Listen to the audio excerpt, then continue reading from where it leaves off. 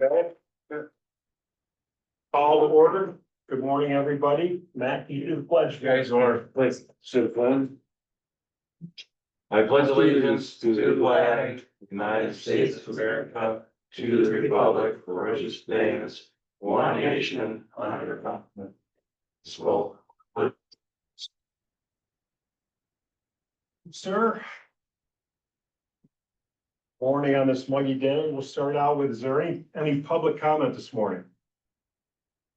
No public comment? Okay. So we'll go right to the agenda. I'd like to thank everybody because everybody's been contributing here. When Matt and I put this together, it's good to see and we appreciate everybody helping out. So the first one is Susan. I know there's a couple slides there if we could pay up for. Susan's gonna update us on the master plan as it relates to trail, outside, exterior. Chris wasn't able to attend. He's been working with her on that as well as they got his team in this. And now we're gonna test out Matt's. Yeah. I'm just looking for something village.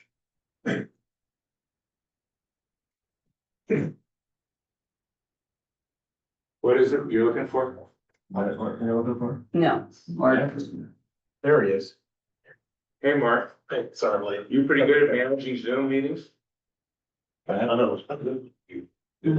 Well, cause I gotta go to. We'll get the name. It would be called, I just didn't bring a lap. That's.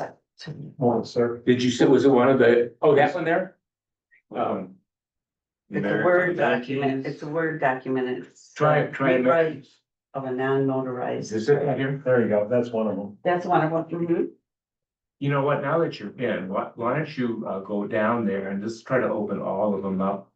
Just let's start opening them up. Okay, now go back to one. Open the next one. Yeah, I would use this, and then leave it up. Agenda.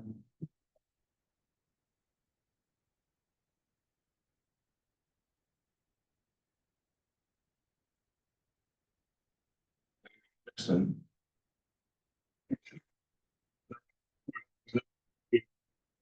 So.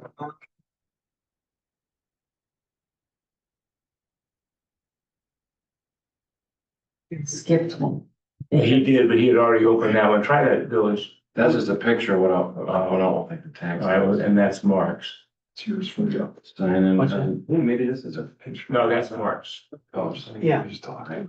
Right. Called rewrite. Let's see if it's like. Mhm. She doesn't have it. No, I, here's, it's this. Do you send it? To you? Oh, yeah, send. Do you have mine? Mm. No, okay. Or send them? Yeah. You want Susan sent first? Wow, and something else? Wait, go ahead. You still, Okay, sorry. no, it's okay. We can do Dave, land. or- Dave, you want to go with the land conservancy and the update with the trial? You're working with them? Tried, I've got copies of this. The specific details of plantings along the non-motorized trail are difficult until we have a better understanding of the construction details. No. The initial thought was there might be, spots identified as rest stops, suitable for, a native plant display. Other plants might be at road crossings or transition points. Again, until we get a design, we don't really know Good. what spaces might be available. Are you connected with them and you're working with them? Yes, consultation with the conservation district, learned that large pots of flowers and plants require a lot of maintenance for care because the pots dry out quickly. And much faster than natural soils, and we'd be likely looking at plants considered prairie species that can struggle in pots due to a root growth restriction. There's also shade considerations that we need to look at. But some of the plants they suggested were black-eyed Susan, butterfly weed, coreopsis, maybe some variety of aster. If the pots would be watered regularly, we could potentially try some showy species like cardinal flower or swamp milkweed. Conservation District doesn't consider this as the final list, but it's something to start with. And there are other showy native flowers that would add a nice aesthetic and serve as a beneficial nectar source, much like a pollinator garden does. Yeah. Um, And that's all native stuff, obviously. that's what we're dealing with. Oh, that's good. And if the trail designs like soil beds, then the plant list would probably change, and the small plant beds would require much less maintenance on our part. So that's That's good. what We'll roll that up and let people look at it, whoever's responsible for that kind of stuff, but it's good to have that research, so especially on the south and the north trails, you know, where it's more open. and the Conservation District, I'm pleased to learn that their involvement was professional advice and not dollars. Yeah, okay, good deal. Communication, After a couple of meetings ago, I brought up the point that I think transparency is a good thing. But putting it up on the township website doesn't necessarily make it all that transparent. It's not what people jump to in the morning to look at. And what they do jump to is Facebook, like it or not. And so we wanted to put out little blurbs about what the trail team is focusing on. And we put one out Sunday, I believe. And as of this morning, it's had 45 likes, a couple of positive comments, and on all the posts we've made, I don't think there's been any negative response to what we're doing. sure. And you're also posting those on the township website. Yes, And what Facebook page is it? it's on the Onekama Community Connection. Okay. So I have a question. And I'm glad to see the posts. I've read them all. The last one that you did on the 21st, it seemed like, and I've had people say, it doesn't tell me a lot, but the most important thing I think came out of that last meeting was when Heidi Fanhoff sat here and said, MDOT will preserve all parking and fix the north sidewalk. And it seemed like that's something we need to get out to the public to, you know, if we want to gain good public support, that's a fact that we need out there for people to see. It's something they can, it's been a big concern, the parking from day one. Yeah. And fixing the sidewalk has been a concern from day one. And I think that's something I would like, if you can. Well, I think fixing the sidewalk is a big concern of the village. It hasn't been a big concern to the trail team because that's not what our charge was. Well, wait. No, I think it's a good thing to put out there. but we are trying to put these posts out on a kind of a topic by topic basis. If we put out a post about we're planning to do some native plantings along the trail, that's not what we're gonna say. And oh, by the way, there's not gonna be any parking lost. Doesn't mix. There might be a post all by itself that says there's not gonna be any parking. I think it's a good thing that Joe brought up, and let's just take it under consideration to put out there. Okay. Yeah, because I think it is a consideration of the trail team. It's been heavy in our discussions, heavy in our planning. Heidi sat here and I was so pleased finally from MDOT, where we've always been told they will not pay for sidewalks. They will, that we will preserve the parking.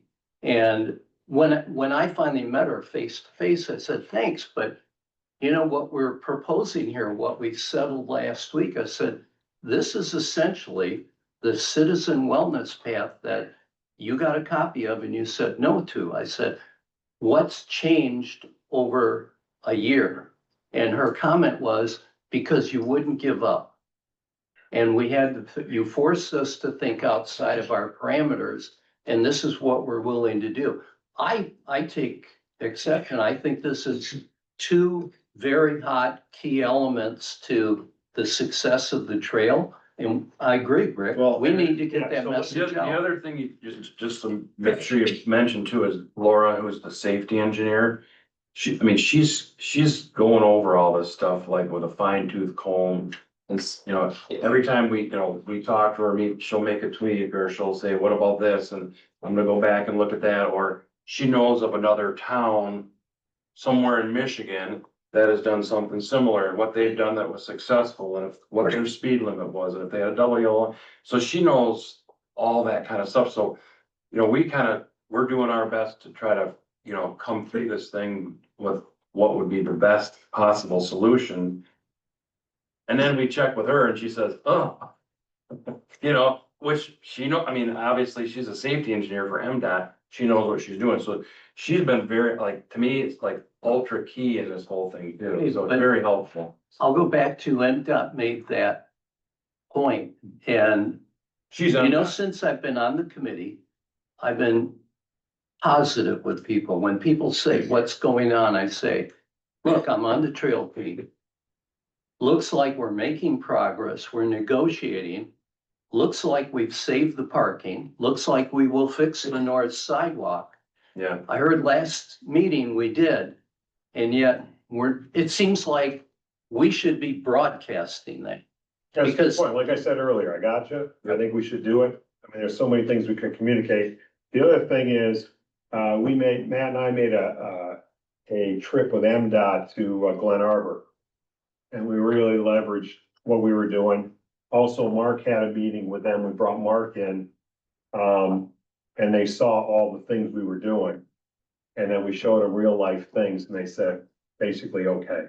So it was a lot of work behind the scenes to get them to go. They start with, here's my procedures handbook. Right. And then you gotta take them all the way. So over the last, I'd say 60 or 90 days, there's been a lot of meetings and a lot of discussions with them to get them to, change up where they're at, but we'll take that. But I And they appreciate really that. want to make sure that their huge focus is safety.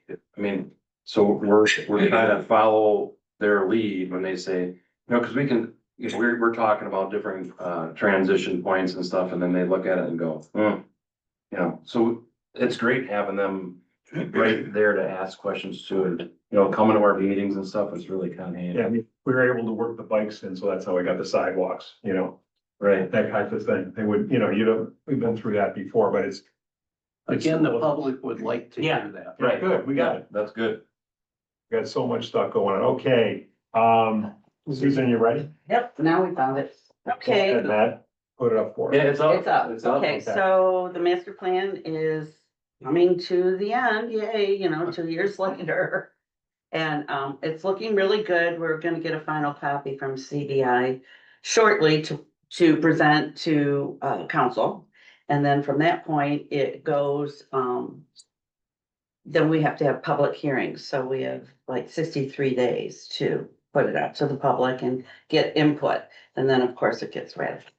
But right now with the master plan, I don't know if you've all had a chance to read this about a non-motorized pathway project in Onekama community known as the Onekama Trail, or previously the M22 Walkway Project, is progressing steadily with strong community and government support. The non-motorized trail will cover approximately 4.5 miles, with it extended from the intersection of Crescent Beach Road and M22 to North Point Park. Of this 5.4 miles, 1.4 is located in the village of Onekama along Main Street, 8-mile road to the west boundary. So the trail is to create a safe, accessible trail for pedestrians, cyclists, and wheelchair users, enhancing the conductivity between the village and the township. A feasibility study has been completed, including detailed engineering assessments. The trail being designed to integrate with existing infrastructure and comply with the Michigan Department of Transportation standards.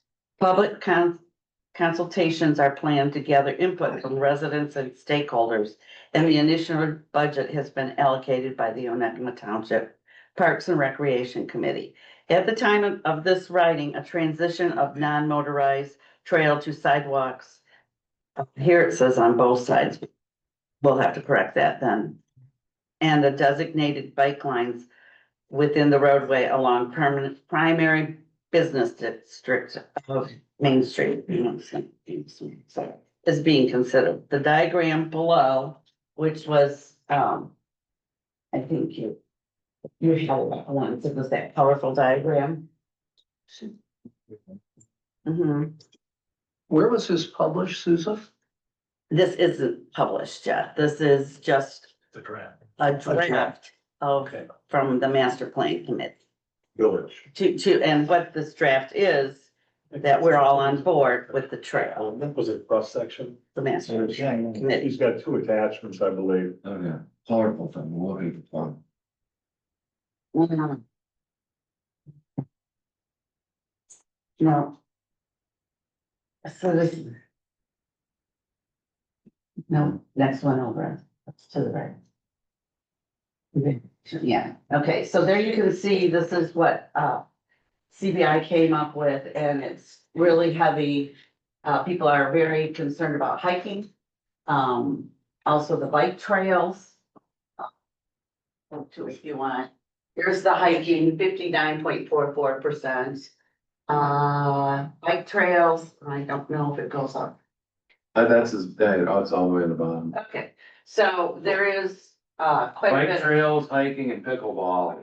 yeah, a lot of community support Yeah. for, That's good. yeah, for recreation. A question.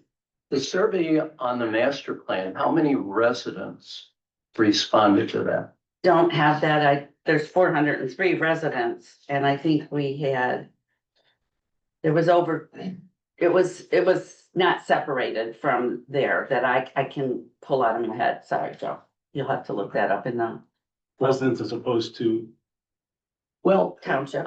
okay, this reflects what was in the survey from the township master plan. People were interested in bike trails. Right, Now, that's a generic term here. I don't think it all relates to this trail. Okay, when the township did their survey, and there's a document on that. They had a She's talking similar. about the village though. yeah. Yeah, that's what I'm Wait, asking. I'm He wants relating you it. to Oh. separate them, and I can't pull that number out of my head. Yeah, cause the village, you guys contracted with like a. A consultant. So I'd have to have regardless of the numbers, you had 252, I don't have my glasses. I had 252 people responded. Right, Okay. 64% sounds real strong, but it's generically for bike trails. The township, when they did their master plan, drilled down. And actually, they had a similar figure. More bike trails throughout the township, 66%. That's good. Okay, however, Right thing. dedicated on-road bike lane with color pavement markings, 48%. And that's out of 272 responses in a population of 1,500. What I'm saying is percentages look good. And when you say everybody's on board and in talking with people, a lot of people have questions, and it's nice to reflect that there's 64% participation, that relates to 155 people. And when the township did theirs, those that, and in the township master plan, it said the on-road bike trail was the least favorable option. And it only received 24% out of the surveys that were done. And if you took the whole population, so it's nice to see this, but I take exception that it's not reflecting everybody. 64% of the people are in favor of this trail. They're in favor of having a lot of different trails in the area, which we have. well, I'm representing the master plan committee. Okay, that's why, and I'm giving you the report that Chris Yeah. has said will be in our master plan to show our support for the bike trail. Would you like, I guess whenever you guys go over this at the village, would you like anybody from the township board to come? I could It'll be be a- a public, Yeah, I mean, this, meeting. if you It will let me be- know or whatever, I can stop by and. it would be the, second Tuesday of next month. Okay. And it's at 6 and it'll be rolled out with the planning commission. Okay. Then we'll go into, yeah. So, yeah, that'd be great if somebody, So is there anything else you wanna? no, I just, I'm glad that it's, you know, you have our support and that it's coming to an end, the master Good. plan. Anybody else got any questions up here? No? Okay, Mickey, can you give us update from the village? Yes, What's the village? at our last trail meeting, Which one do you want, Nick? I don't need that. Oh, okay. I don't know how to work it, so, at the last meeting, I was asked to, talk to the village council and let them know what was happening with this committee. And, I did that, and we are now going to be on the monthly agenda. So Susan and I, we'll decide, what we want to convey, what we think is important. And we did that at the last meeting. I spoke with the council and informed them, of where we were heading. Good, I appreciate that. So we'll do that monthly. Do you also want to share with the team, the newsletter that went out with the taxes? The comment on that at a high level? Well, that's up there, and, the township always puts out a newsletter, and it was nice to see that the village did this as well. And I can't read that up there right now, but, Matt, can you read it? Oh, here, Well, Mickey's got a copy. okay. Oh, yeah. It said, Onekama Trails Project. There have been numerous questions about the proposed Onekama Trails project, particularly regarding its current status. The short answer is that the project is moving forward with a collaborative team of township and village representatives. The trail team consists of representatives from the township board, the village council, and residents who work together to create a concept that meets the needs and desires of the entire community. The team's activities have included reviewing the 2024 feasibility study provided by Gordy Frazier, several concepts developed by team members, and feedback from township and village leaders. Recent meetings have shown notable progress in creating a trail concept that will benefit the community, residents, and visitors. There is no finalized plan or decision on a single concept at this time. However, the trail team aims to present a vision and plan for public feedback within the coming months, and they appreciate the public's patience as they continue to work together. The vision is for more information and updates, visit the township website. Thank you for doing that, everybody. Whoever's involved in that, that was great. I drafted it for Nikki. Thank you, Jeff. Very good, very good. Okay, the next item on here is Joe's kicking off maintenance. So that's a key point we got on there. So, Any questions? Mark, in front of you, if nobody's received these, this is the initial maintenance plan that or information I put together for Matt. And just to let you know, the first couple pages gives you some background, Gordy Frazier's estimates, their operation and maintenance, that's the first 2 pages. You get to the 3rd page, and I started out with questions, and probably the biggest question is the surface. Now, I wrote this before we did some changes. This was based on my initial information and numbers is based on 5.32 miles of trail. However, if what we have going through the village doesn't require the surface for the bikes is the road. So MDOT will maintain that. The surface going out Portage Point Drive would be County Road Commission maintenance, I believe. Whereas in the South Trail, you've got a fully dedicated bike path off the road I don't think MDOT will maintain that because it's beyond the right of way. Or if it still sits in the right of way, I don't know if they'll maintain them. Well, everything we're doing is in the right of way. Okay. And it's a question if they would do it. And you'll see that I broke it out, but basically the biggest cost in maintaining a trail. And recently, I don't know anybody on trails in other communities. I went to begin talking, they're getting me information. I went to some really good golf courses in the area. And what's your cost of maintaining your paved cart paths? Because they get a lot of use and it's one of their potentially biggest headaches is what I've gotten so far. But maintaining the trail, if we just looked at, we had to maintain the paved path down the south trail, 1.78 miles, depending on how that's done. Every 2 to 3 years, that's about a $5,000 to $35,000 cost. And if you look at that sealant cost, there's a lot of breakdown there. How I arrived at those numbers, everything I looked at. I went on and towards the bottom of that page, you'll see that I addressed vegetation buffers and green spaces with what Dave is proposing.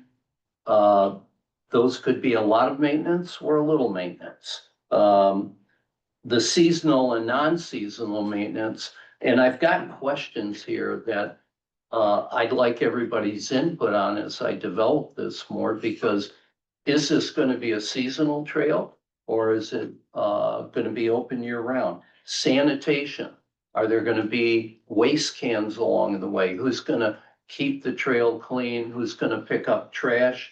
If you go to the last page, I have trail signage in there. I think you're going to address that, Mark, some. But what type of signage, how many, how often will they have to be replaced?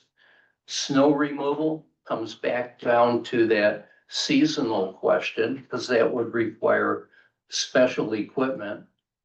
Administrative costs I put in there, and these are a lot of open-ended questions that I can't answer at this point and would appreciate anybody's input on. But Gordy Frazier didn't really explain administrative costs, and it's who's going to run the trail long-term. I did put in for unknowns. I did add one item, 10-year coverage, and let me explain that. I worry about, and I'll use the village as an example. In the village, the sidewalks will be the pedestrian trail. And it's always a question, and Susan can attest to this, living with a sidewalk in front of her. Who maintains that sidewalk? Historically, what I've picked up or have is the village views it as the landowner's responsibility. Am I right, Susan? That's what I've been told, Yeah. but. So if we there's a have different For opinion snow Yes. about that. everything. Everything. But everything. They're saying that the homeowner's responsible for the sidewalk.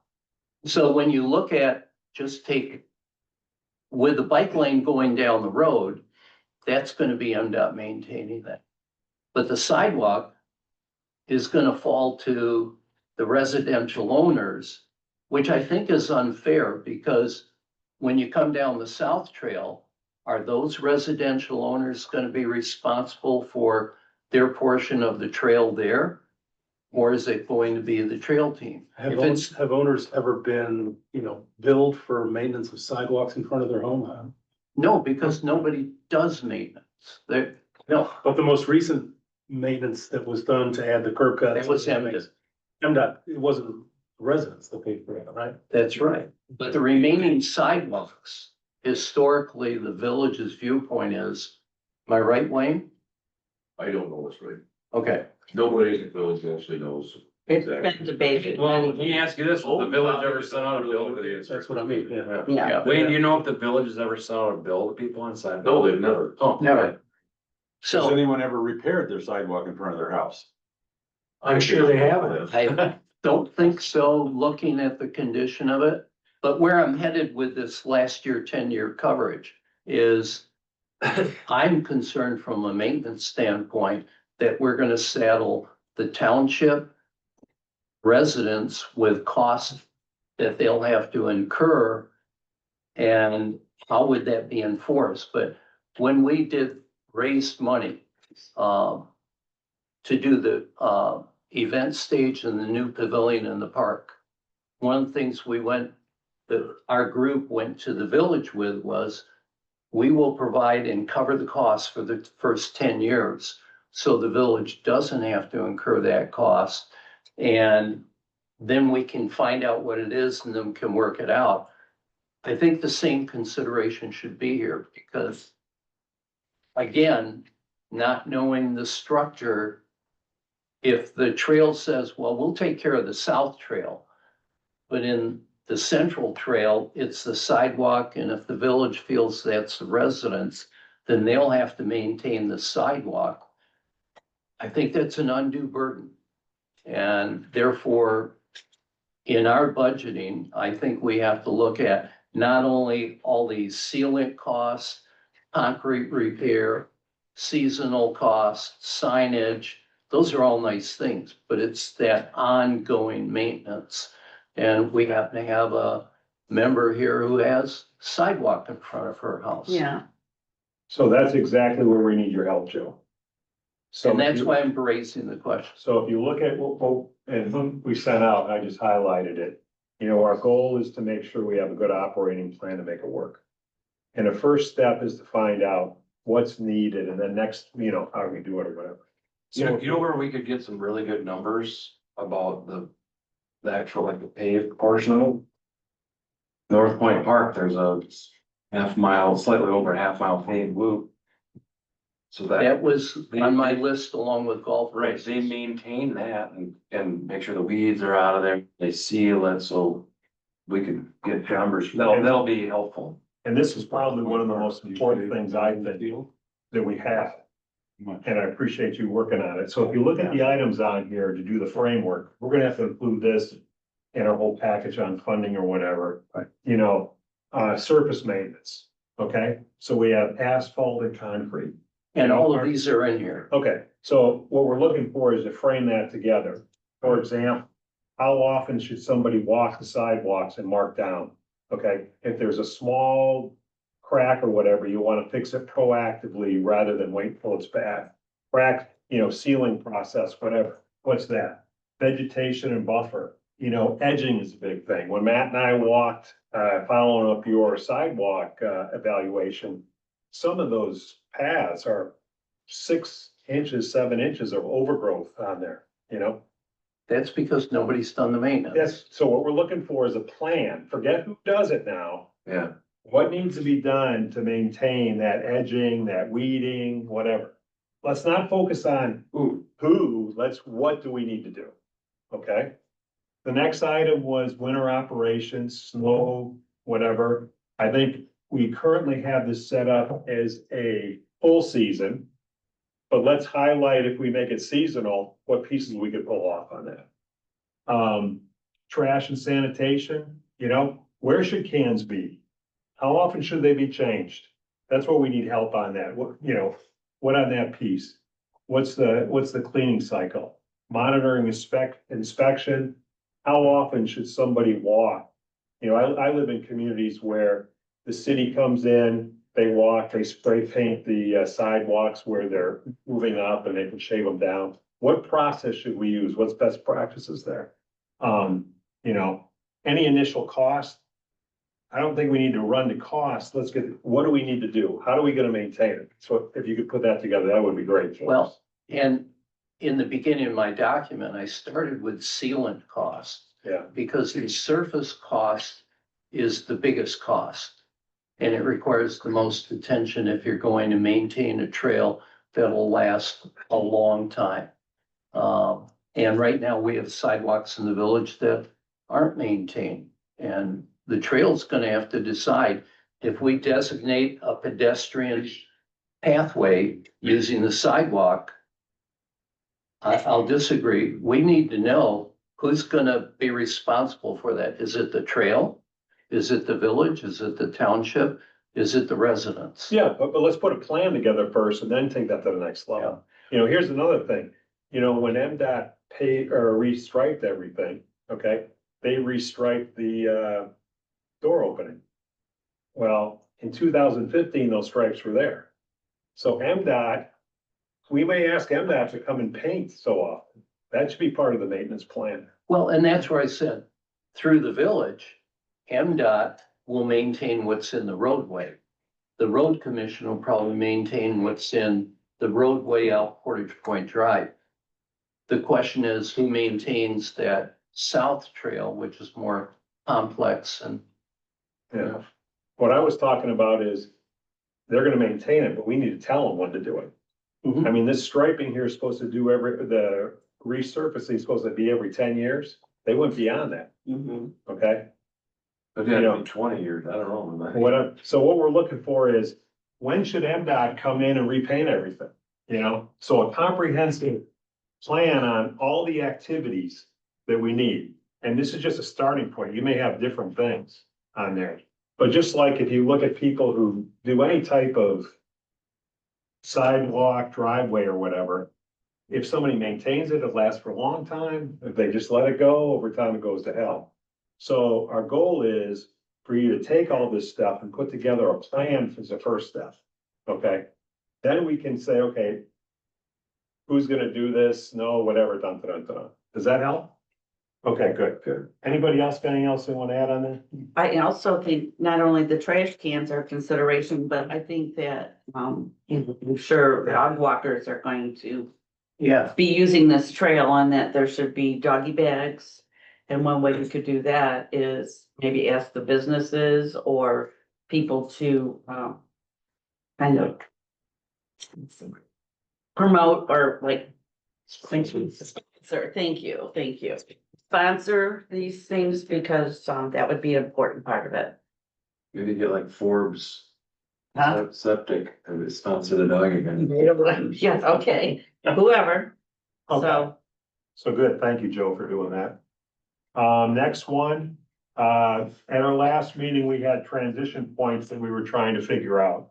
So the central route for the north and the south.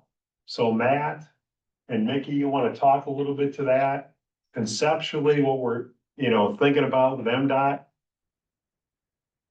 That's on the, that's. You jumped over one, right? What happened to township funding? Oh, I'm sorry, my sorry.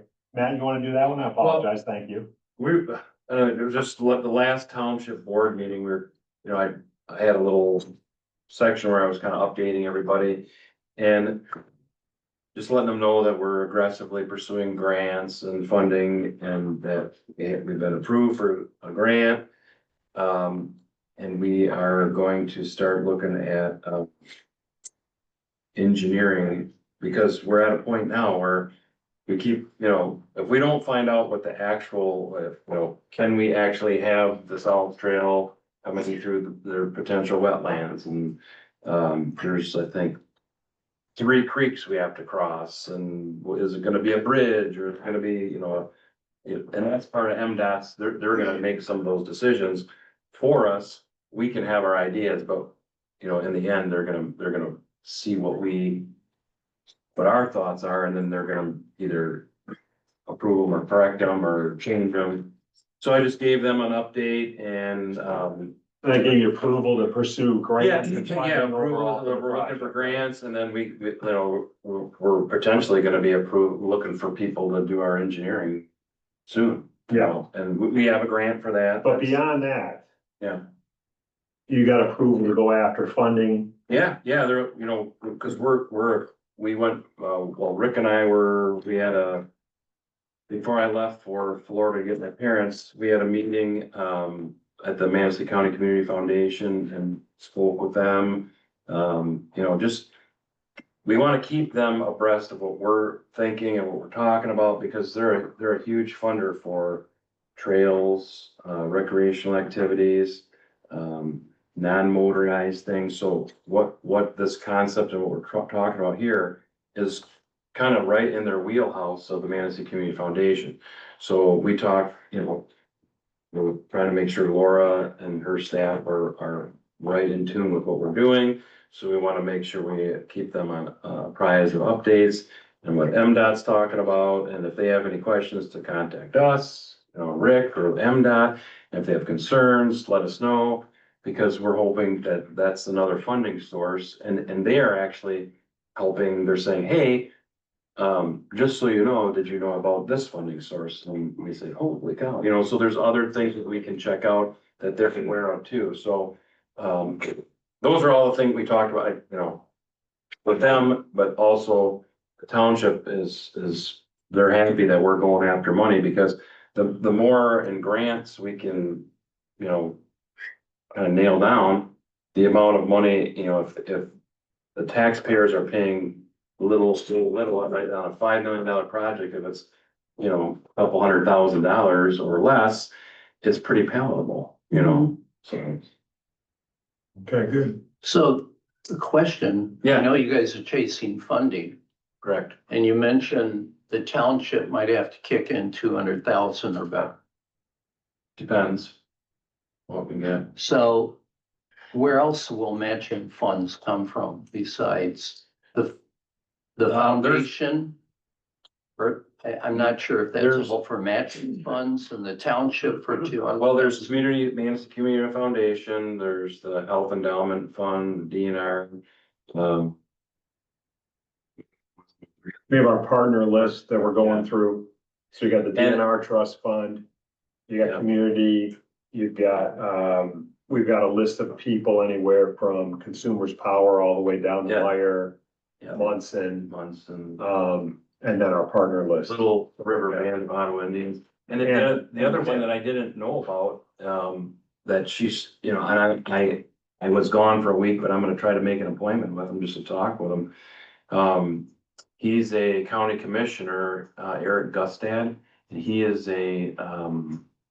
I'm not exactly sure what his position is, but he's on the Consumers Power Endowment Fund. I'm not exactly sure, but We she, did a presentation. yeah, she told me, she said, you need to talk to Eric and see, you know, if this is something that they can get behind and support either, you know, in kind or, you know, cause Consumers Power, they also have a bunch of easements, you know, coming through here too, so it would be a good group to talk to. So, I hope to be on his list in the next week or so. So let me ask this, a question I get, because I keep talking to a lot of people. Yes, that's right. Is the village going to be expected to kick in? We have nothing in the plan. Well, the village, you guys already pay taxes, so, I mean, you pay Yeah, your, we pay taxes to the township and the village. and then you. In pay our extra for- pro forma that we have today, the only municipality that we have on the list is the township. I appreciate that because I'd like to be able to tell people, you won't get double. I'm just gonna go tell people that Joe says you guys are gonna pay more. Go for it. Joe says he likes paying more. Exactly. Yeah. Just Joe. But that's good to hear because it is a concern. If Well, you we- guys pay township taxes, but then there's another piece that's the village on top Another of it. piece, a third of what we pay to the township, we also pay to the village. And if both entities contributed, village taxpayers are getting hit twice. Well, indirectly also, by not contributing, that can be used in his advantage. Because we can, pursue hardship situations, okay? Yeah, Which is another creative way of getting financing. Because we have two units of government, one unit of government is able to, contribute, the other one may not have the financial wherewithal. So that helps us as we go down the road also. Okay. Okay. Good. Thanks for catching that one. Okay, now, I'll go back to the one on the, north and central, transition points, and you guys know where MDOT, go ahead. Can I'm you sorry. explain, because we've got a lot of public here, where that occurs? Yeah, if you pull up, I don't have the slide here, but when you go from the, when you leave Perv parking, Which is where, Mickey? First Street. That thing's kind of, okay, You can make it a little bit bigger if you want. Have you got that no, slide? there's another slide. There's a slide where it shows the lane assignments. I can send it to you if you don't have it. Can you, who would I send it to? Yeah, send it to me. oh, did you? Yeah, it won't be even.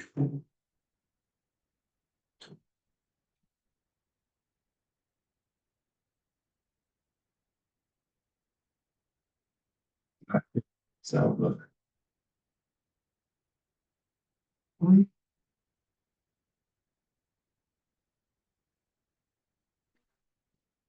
We kind of walked, it was Mickey and I.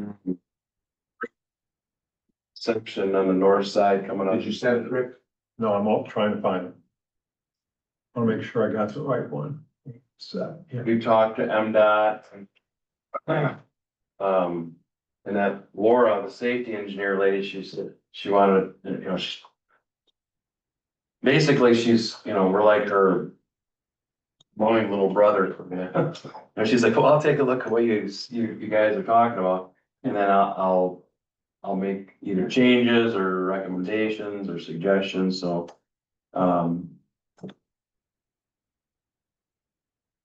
So She can basically, go ahead, that, yeah. basically in the village, we have two sections. The section from 8 Mile to First Street would be considered our curved. Yeah. Our curved area. And what they have, MDOT approved is on both sides of the road.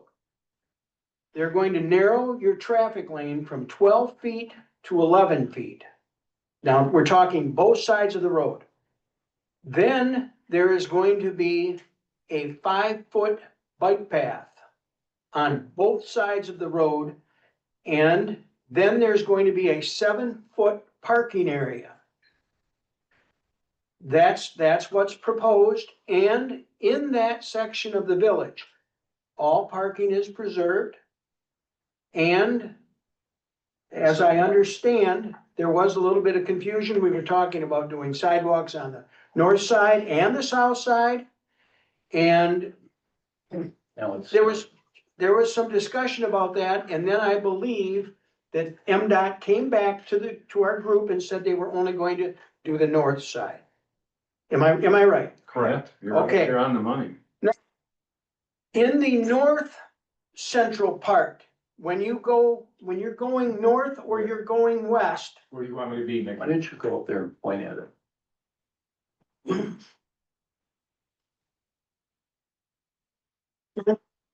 street, trip over this. You've got to pull it up. It's in the upper left-hand corner, Oh, okay, here you go. First Avenue. First Okay. yeah. Here, this is where, it goes a little bit further on the lake side, it goes to the church. But on the north side of the road, it ends at First Street. This is what we would call the non-curbed area. So it has different begins there. rules, it has different rules than the curbed area. And then what happens is you have a shoulder. Yes, there's a shoulder. Now, you have mapped, and now this continues from First Avenue all the way out to the, I believe, the edge of the village limits are just past Prospect, right, Wayne? I mean, do you know about how far? Is the village Pardon? being at Prospect, because there's not much cross Prospect, Yeah, but does it pretty much end at Prospect? pretty much. Okay, So so like a big marker in the ground, would that be it? There might be. Okay. Log line. Yeah. So this is all going to be in non-curved shoulder. Now there's a discussion as to, and I don't know what MDOT mentioned when you talked, what was their plan for this area? So what they are, what the safety engineer, because we had some other ideas, but they're just saying everything on the north side of the road between First, making a transition at First Street, kind of like by the church area where those curves end. And so then Now, 1 second. When he says a transition, crosswalk. so a transition means you're gonna get your traffic, your foot traffic, your bike traffic, whatever, your wheelchair traffic, whatever you're talking about. In the curbed area, it's gonna be on both sides of this street, north and south. Transition means crosswalk. So you're gonna go across and it's gonna go on the north side. Oh, I think it's the plan. But that, Mickey, that's only for the bikes because the walkers will already be on the north side. Correct? After First Street, after First Street? The side, No, all the way up to First Street Yes. is sidewalk, and sidewalk goes all the way to Prospect. So at First Street, the walkers are already on the north side. It's unless just you have bikers to are be a gonna. walker on the other side, then you can transition there. Well, Yeah. it's gonna change, Yeah. it's gonna change from a. So this is the end, think of this as the end of the curved area. Is that First Street? Yeah, First Avenue. First Avenue. First Street, that's something. First Avenue is by the church, Right. the little church, and then you think about the people with the rock house. It's Right. St. John's Episcopal St. Church. John's Episcopal Church. Just Yeah. So right, chapel. First Avenue. First Avenue, that would be where a crosswalk slash transition would be. And that is where the curve ends. And then from that point, all the way down to probably just past Prospect Street would be, everything is on the north side of the road, everything. The multi-use path for wheelchairs, bikers, walkers, everybody's on that north side. And so they're allowing us not to have a curb, so it would be the road, the shoulder, like now, and How I big is the non-motorized path there then? think 8 feet is what you're saying, 8. I thought it had to be 10 or 11. Well, Mark. maybe it's They, 10. they gave the permission to go 8 feet. Yeah, MDOT did. yeah. So that's two-way FEMA. bikes and walkers on an 8-foot path. Yeah, that's quite common. Yeah. Yeah. And it might be, there could be areas where it could be a little bit wider, but I think for the most part, it's 8 feet to try, because our goal is to remember, we wanna remain in the road right away, not to kick a bunch of people off and try to, you know what I mean? We don't wanna encroach on people, so we're gonna use, so right now you got the road, the shoulder, then the path for the for wheelchair people, walkers, the bikers. 8 foot wide lanes coming from First Street. All the way to. Well, I suspect. Yeah. And then again, okay, Right there. Is that First Avenue or First Street? First Avenue, Is that street again? First Avenue, if I can remember First Avenue, come up here and kick me in the shin if I say First Street. Okay. Do I have authorization to kick him? Yeah, do it, I probably need it. So So First question, Avenue, we're gonna go on the north side, maintaining all the things that are currently there. With the exception, the path will be there, the shoulder will remain. And that piece will be all the way out to Prospect. Right here, and that is maybe that green thing right there is the end of the village. Is that what that means? I think. so Matt, Okay, somewhere where that green thing is, we will have to do another transition slash crosswalk. And come, because there's, I mean, this Laura and MDOT, there is no safe way to go on the north side and cross over to Porch Point Road. So that's where the transition would be after or right at the edge of would be the west point of the village limit. And then go on the lake side.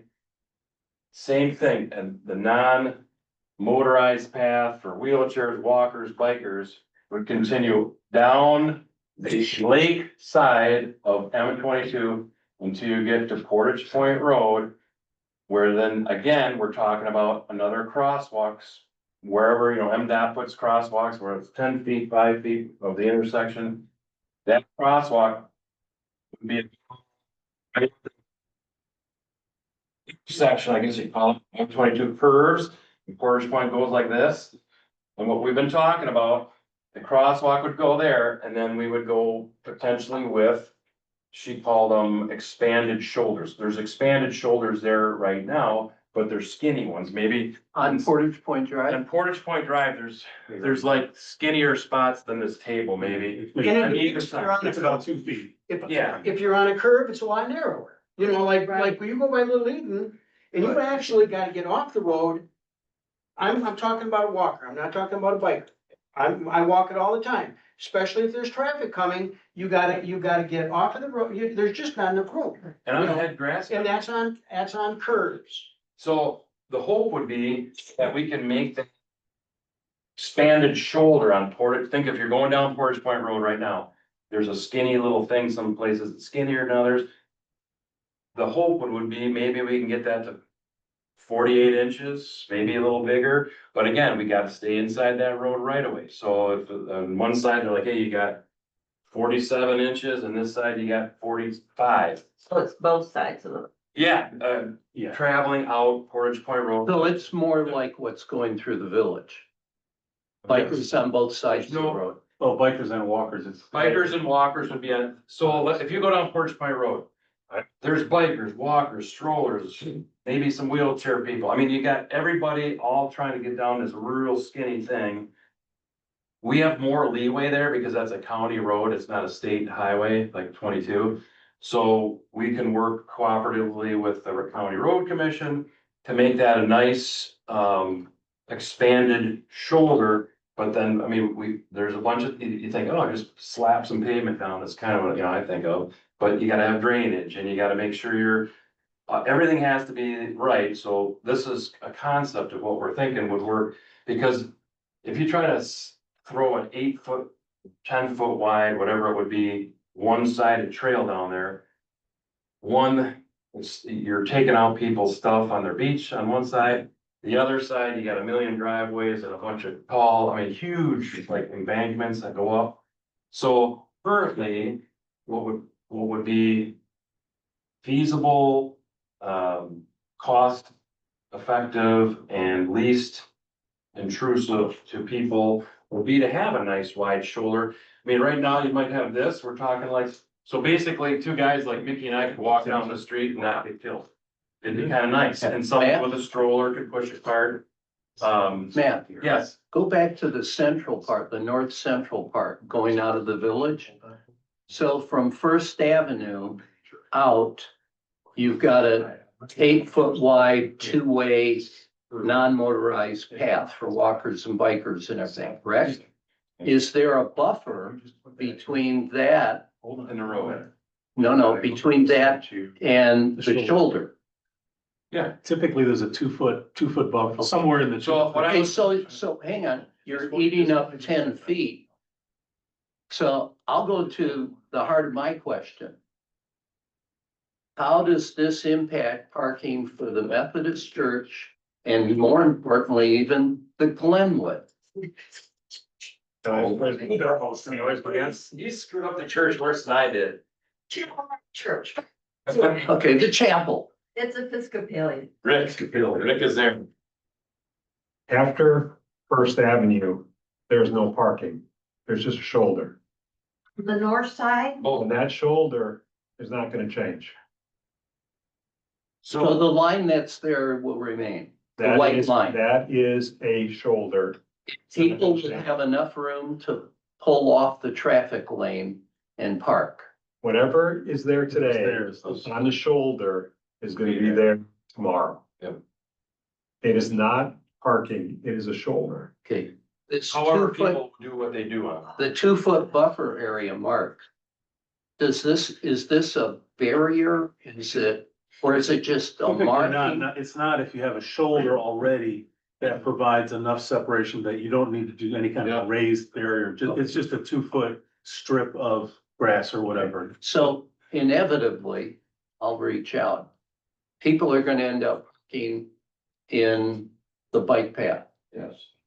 No, No, people will pull off the road as far as they can. They pull up on the grass right now at, the Glenwood. I'm just saying, I don't have a problem with that, but it shouldn't be a problem when people park for the Glenwood on the north side. They're going to end up invading the path area. They're gonna see it as a place they can get further off the road. To me, that's not a problem. How far do you believe, that's like from where the, you know, like, we've got our white line that is the road edge. That is our road edge. That's the traffic lane.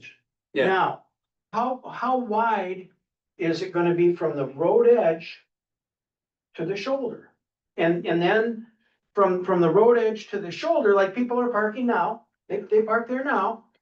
So how close is that going to be to the bike walking trail? What they were saying, what Laura was talking about, and she, she was measuring it from. You say outer space, but she was on, she's doing it from Google Earth or whatever, and she can get in there and. She was saying, so you got the road, the shoulder, how it is. Gonna stay the same. Right. People do what they do on the shoulder. Yep. We're not gonna say what they do, cause some people, whatever they do on it. Some Yeah. People like Joe Park. You got the road, the shoulder, a little bit, maybe a foot, maybe 2 feet, then you got a non-motorized lane that's roughly 8 foot, it might vary slightly. You have wheelchairs, walkers, bikers, strollers, rollerbladers, whatever, on that. Going both ways. Moving both ways. So you're gonna, 8 feet is plenty. 8 feet is, I mean, that's what it is in. yeah. Can't plan, I mean, If it's both ways. yeah, and right, something that's, like yeah, that. you got people coming both ways. Mhm. And you got a, say, a lane about like this, and a lane about like this. And with, I'm sure signage and stuff, there's arrows, which way it flows. So that will be, that starts at First Avenue, First Avenue, and continues on the north side, slightly past Prospect, wherever the village ends, somewhere right in there, because shows Prospect Road, then this green line. Somewhere in there, and part of the reason it's right there, it's a very nice, super clear site, you can see really good both ways. And the other thing we're working with them on, MDOT, which is a good thing for everybody, is this whole stretch. Trying to make that a double yellow line, because people, I talked to Donna and I get it, her huge concern is safety.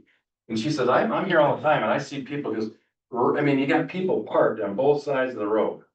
And they're just racing back and forth, and so if we could potentially get this a double yellow stripe, at least we're eliminating the passers, you know what I mean, and slowing traffic, and they have a bunch of, they call them traffic calming measures. Yeah. Which they're looking at them and seeing what works, what doesn't work. But the one thing that, when they talk about it, it goes in here and stays as a double yellow line, because then people aren't, and that is the same out Portage Point Road. Why there is a passing lane in a 35-mile-an-hour zone, I don't know. It's been like that for 100 years, but does it need to be a passing lane at 35? So potentially we could, we'll have our nice potential wide shoulders going out to Bayview. And a because the no passing starts before the camp, and then it goes all the way to the turnaround. Why that has to be like that, I don't know, and then we have a little more control over that, because that's a county road.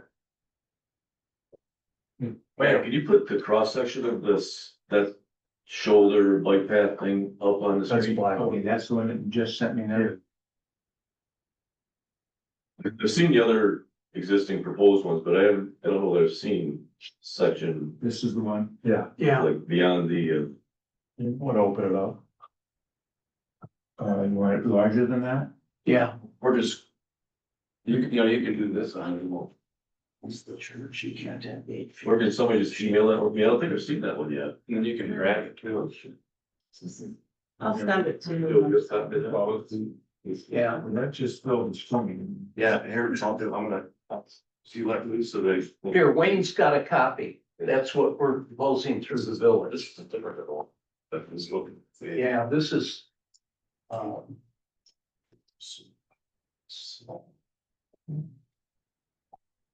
Okay, that's about as big as I can get. That's going through the village. See, that Jesus. That's I the haven't code seen- section, I'm right? looking for the one where it makes the change. Oh, That's the proposed, going through the village with the curb Yeah, I've on. seen that. I was hoping you can put up the next one. he's looking for When one we, that In front has of the the clinic, chapel. right? when we're past the chapel and. Wayne's looking for a Yeah. diagram Do you have that? of what the road will look like. I've never seen. A diagram like this from First Avenue out to the other Prospect. We've not seen that. We don't Right. have that. Copy of one that's shoulder and then walking path. That's why we're gonna get the, we need engineering help to put that. And that's part of why we gotta get engineering to this, cause we're kind of like, we're walking that thing going, oh man, this, in my mind, I'm thinking, good luck with this, because there's a bunch of those drains there. It's like a storm drain, right? And you're going, holy shit, there's drains there. You talk to Laura, she says, we're like, yeah, there's a bunch of drains there. She says, yeah, my bad. Dave, Here's what they say. They're like, well, we can move the drain. That's part of what they do. That's MDOT. They know how to do that stuff. So we're looking at things that potentially, in our mind is an immovable thing. And they look at it and say, we might be able to move that. So Dave, My Dave had a concern, comment. my concern after being here for many years is that I don't think there's room for a road edge. And then the buffer, and then 8 feet. I don't see how it's going to work. That's why we're getting MDOT to look at it. That's why we have engineering. I will because answer it this way. They know where it's at. There's a grass area next to the sidewalk. When you combine the existing sidewalk to the grass area, MDOT has enough room to put this in.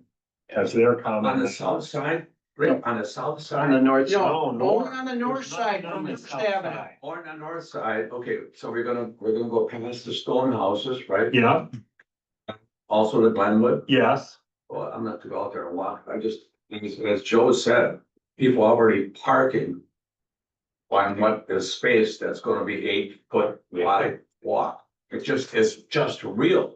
well, MDOT's gonna come and put barriers in and put it together, so they're. but you said there'd be no bid. When I say barriers, I'm sorry I said that, I apologize. Maybe striping or something, I'm sorry I said that. What they're Yeah. saying is, it works for them. Shoulder that And we're just exists. conceptual here, we're trying to work the transition out, we don't have every single answer. Yeah. But what we're doing is, we're trying to find a solution, the transition from the curved parking to the shoulder area. One next question. So from Prospect, where you cross over to the lakeside, Yep, there are landowners on that south side. we're gonna. And Vic has said, if you invade that landowner's property, that would kill the project. But we're still working on the road right away. Come on, we're not there yet. You know what? How about we hear from a landowner that's here, as opposed to speculating?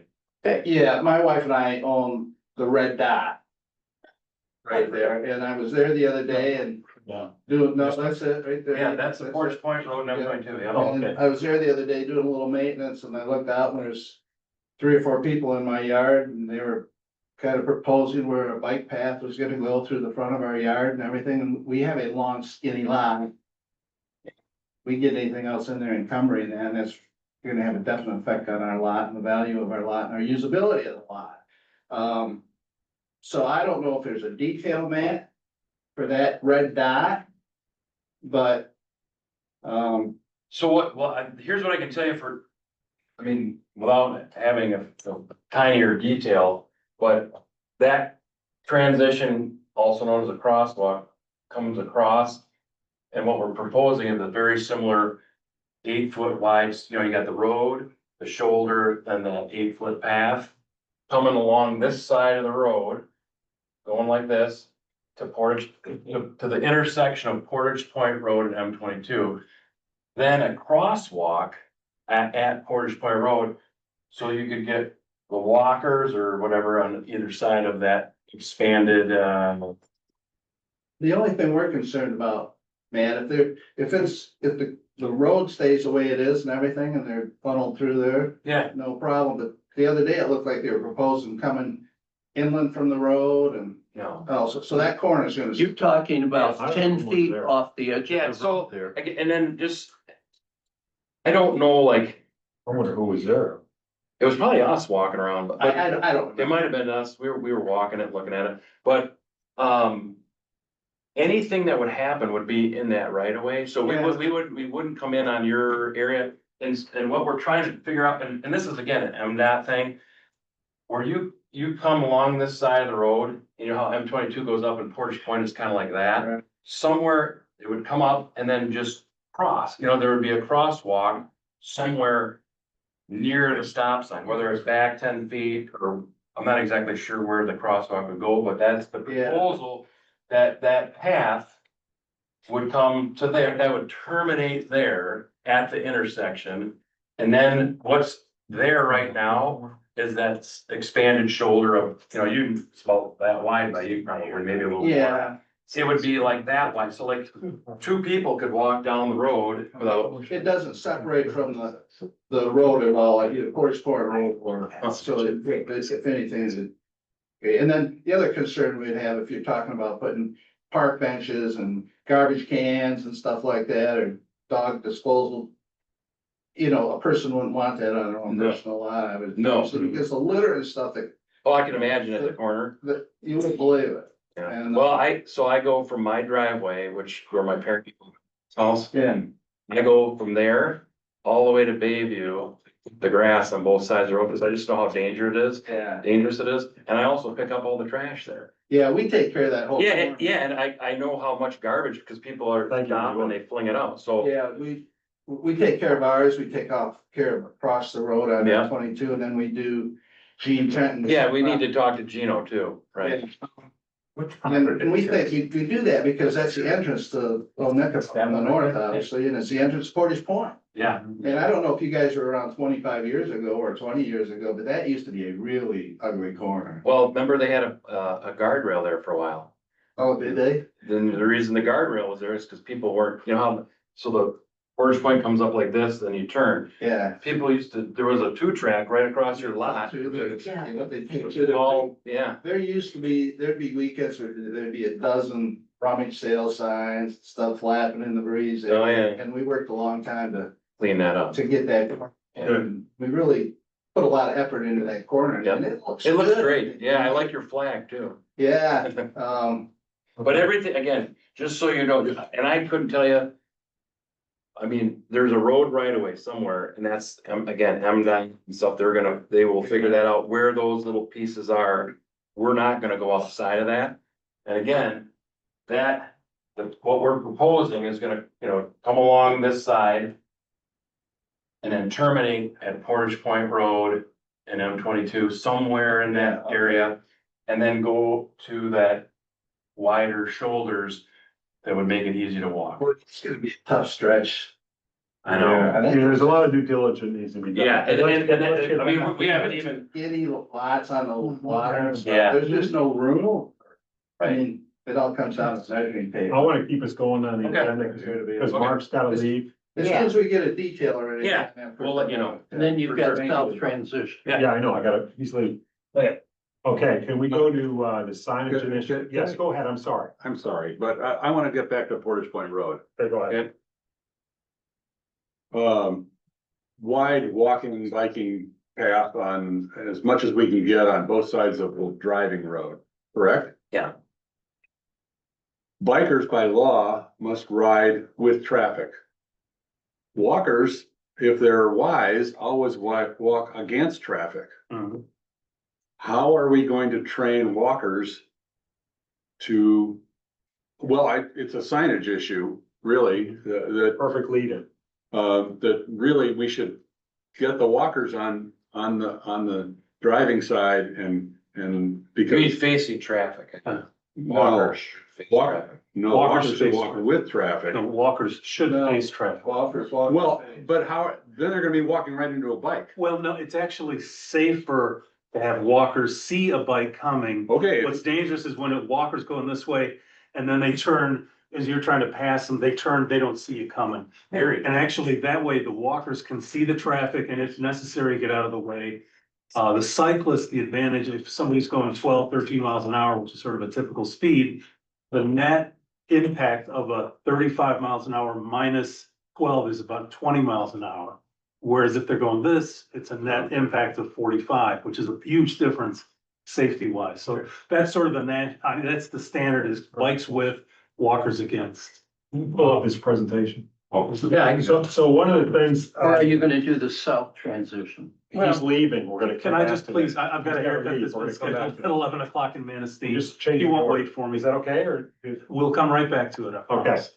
so, we were in a meeting and there was a lot of conversation about signage. PowerPoint. And being intuitive Right there. versus just some standard items. So Mark was kind enough to pick that up based on his experience. So he's gonna be exploring all different types of signage that are available. So we include that as we get forward in the project. So he's put a little presentation to review that. Yeah, I mean, Go this on. is, So go ahead. He just started, so he's You working. tell me, if they. and I'd love to get ideas from other people that they've seen in other communities.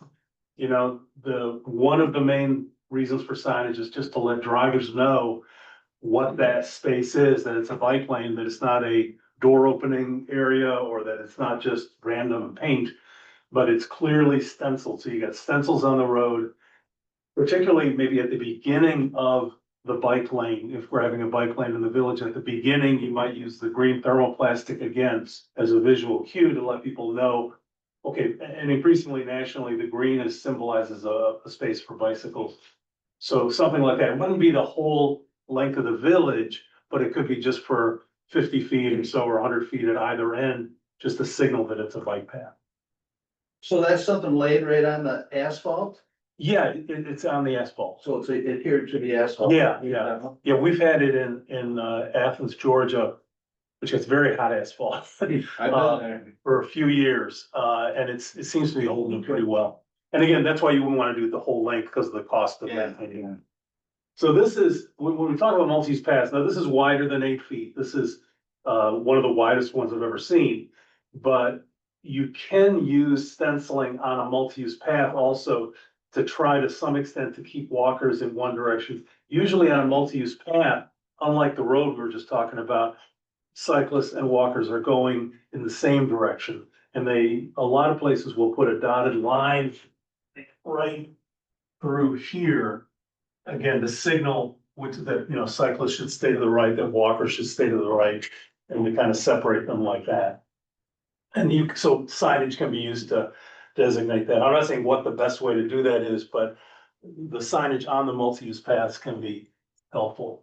So the share the road is something we see a lot, and it's still used in a lot of communities. Whoops, you go back, thanks. And what some jurisdictions are deciding is that hasn't been as safe.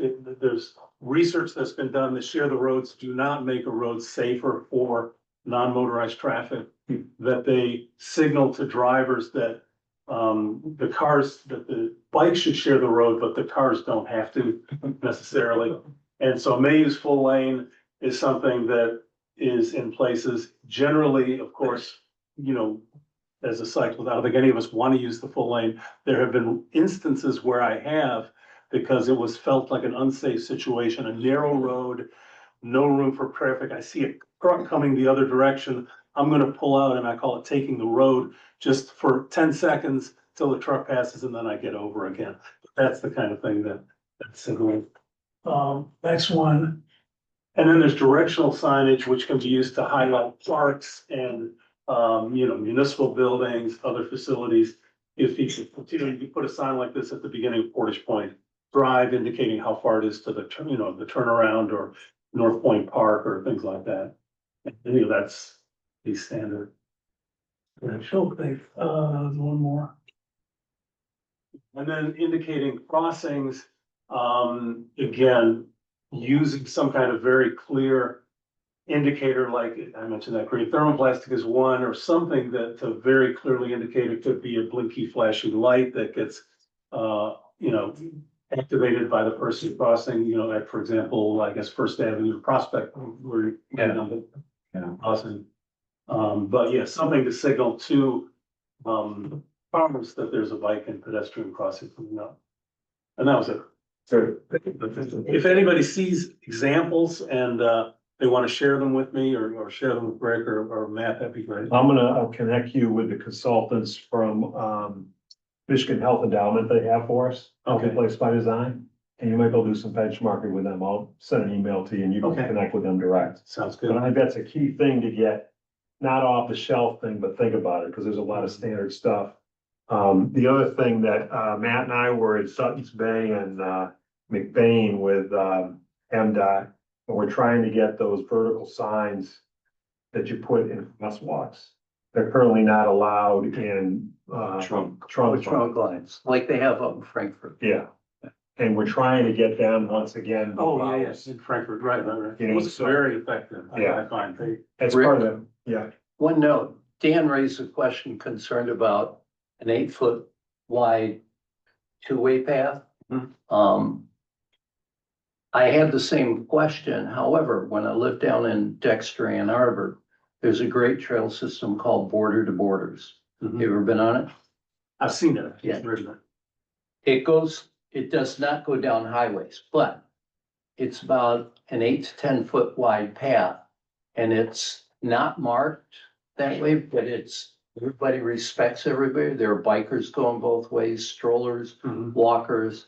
And so while it doesn't seem like enough room, people seem, and I've got to say, it's been a very successful The 7 trail miles. down there. Yeah, It seems like it's too narrow, but in reality, people respect. Yeah, right there has to be some communications often. If I'm coming up behind somebody who's walking or you let 3 people. And you're across on your, the- Yeah, well, I just say coming up behind you, because I found if I say on your left, they turn left, and then it doesn't work that well. And- But yeah, but something like that, and that, or a bell or whatever, and that, we've had, multi-use paths in Athens for 10 years.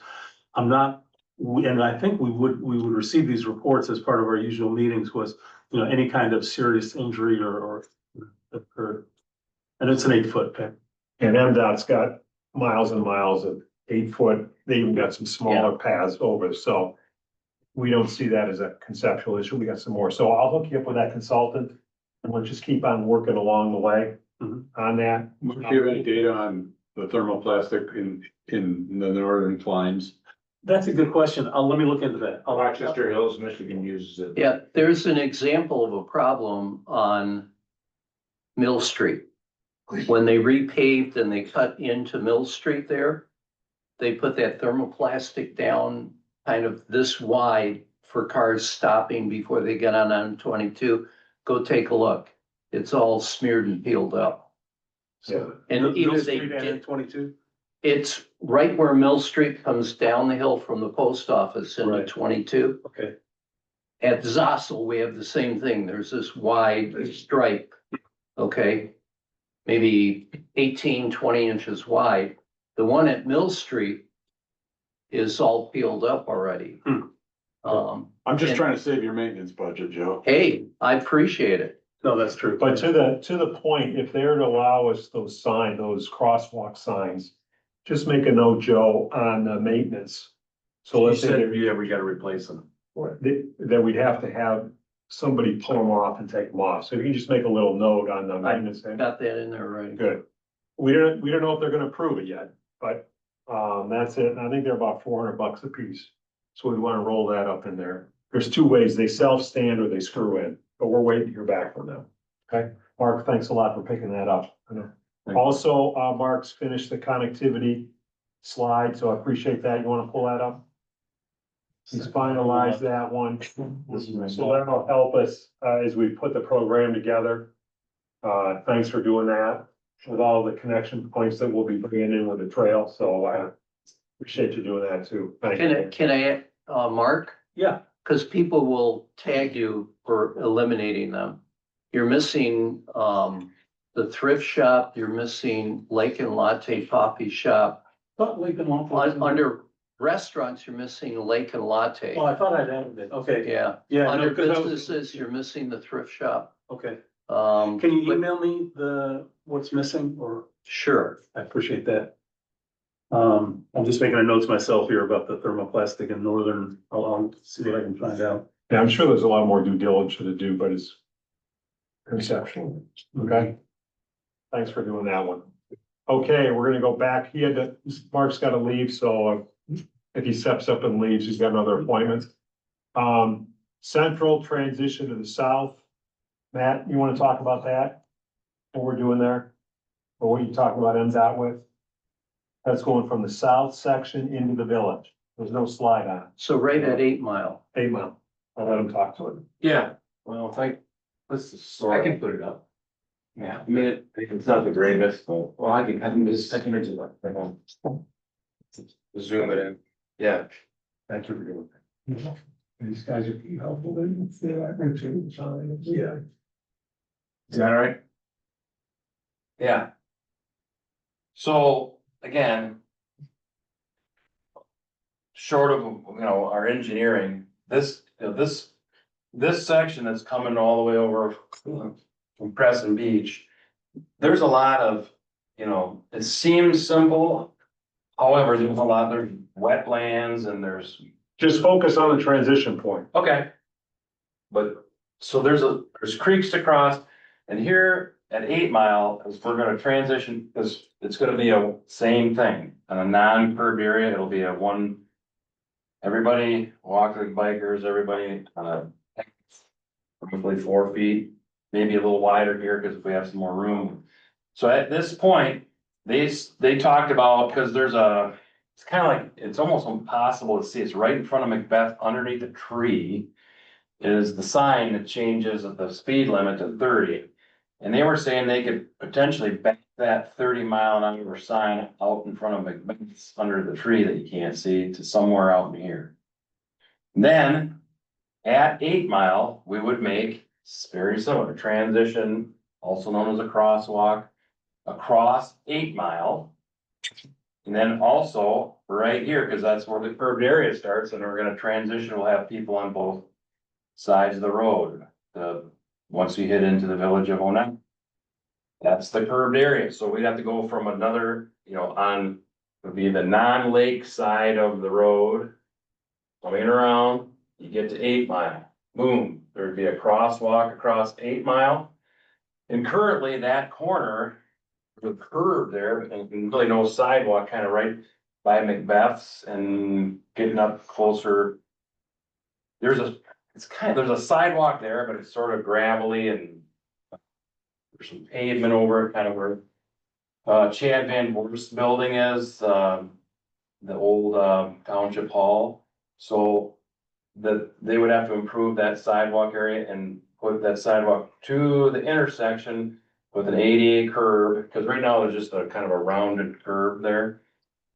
Which would make it nice, and then people could either walk, just walk right there, and then somewhere either one of 8 Mile here or there, they would have to determine that there would be a transition / crosswalk to get to the other side of the road. So that would all occur right in that. For half the trail. Because once we hit that curved area, we're splitting them again. Well, the people that are coming into the village, they just continue. Yeah, they would continue in the People heading sidewalk. east that have to cross over. Yeah, if you're coming this way, if you're coming, east. So it's half a transition. Half a transition, but again, I mean, you might have people, you look at, the Blue Slipper, holy cow, they're parking everywhere. You might be parked back that way, you could walk down and go over the crosswalk and it's good to get to your car. So Matt, on the land side where Macbeth is. Yeah. From 8 Mile to First Street, where Evie McNeil lives, on the curve. That's non-curved area right now. So are they gonna put in improved sidewalk with curbing? Because if they do that, Macbeth loses a third of her parking. It would be sidewalks without a curve to allow parking. Okay. Yeah, because we're not messing with people parking. If you wanna mess with the parking. That's all out of my lane. I like it, you know what? Marking that down, the first time I heard you say that, and I'm almost. We'll have discussion on it. So that's a sigh of relief on my part.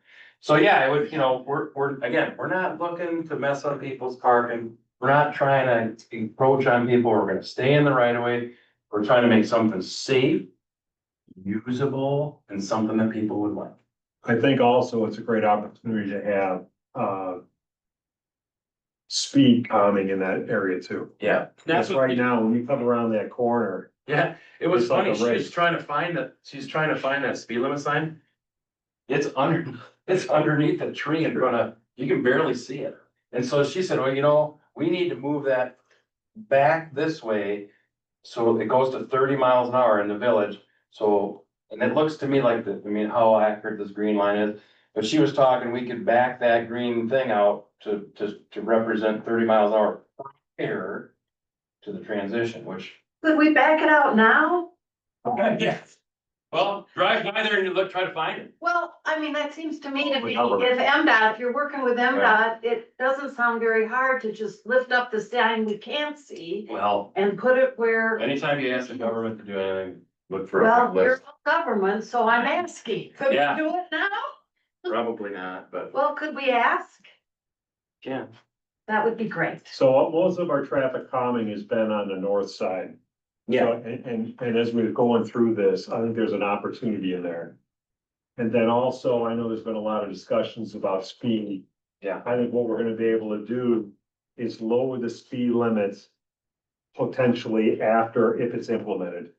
Yeah. And what you'll be able to do is you'll be able to measure speeds, actual speeds. If they come at a lower point, then they'll be able to reduce it. If you're trying to do stop signs, you're trying to do it now, it's very difficult to do. So But that's where they're talking about. Yeah, I'm just going traffic forward. calming thing. I'm just kind of giving a safe. So going yeah, as far as traffic calming, when Heidi was here, she mentioned bump outs. Yeah, that's an option. But I don't know if we have a bump out. We've talked about it or from a cost standpoint, what fit in. I think the proposed plan will significantly, you mentioned Frankfurt, I don't know the other towns you've been in for Glen Arbor, we've been in a couple. It is surprising how much reduction in speed you'll get. Yeah. When you get all these secondary pieces together. You know, we've talked about it before. I think when you put it all together, it's another benefit beyond what we're doing. Okay? Okay, the next one is survey community interface. Chris isn't here. He put a document together for us that's in the packet. He basically got all the survey information that was required for us to have a follow-up meeting with the Michigan Health Endowment Fund. He's in charge of surveying. He is putting together, his recommendation is to a few open houses, going through all the detail with the community. He's waiting to work with the engineering, firm, which hopefully we'll have in the coming weeks, put that together. Citizen involvement. Oops, try that. Is that it? Yeah. So he's talked about the plans, he's talked about some of the meetings we've had, all the initial conversations. So it's a nice piece that he spent some time putting it together for us. And then he'll be picking up his initiative, survey, community involvement, interface, all those pieces in the coming month or so from that standpoint. But he did a lot of work here putting that together and we appreciate that. And he'll be driving that for us. Okay? There's no questions. Is that available on the internet? What is available? Any of these documents. This document right here, you just sent it in for the meeting. But it should be posted. Well, on the yeah, township. Well, we can. We'll upload it. We'll Yeah. upload All of these documents will be uploaded Yeah, on the yeah, website, yeah. that'd be great. it. Under the township or under the? Trail. Okay, so the next item we have here is the consulting scoring process. You could pull that up. So what we've done is we've tried to put a matrix together when our quotes come in to define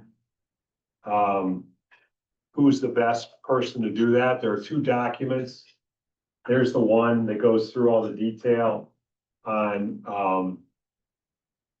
what we're gonna do, what they should do for us. If you go to the bottom of that. Yeah.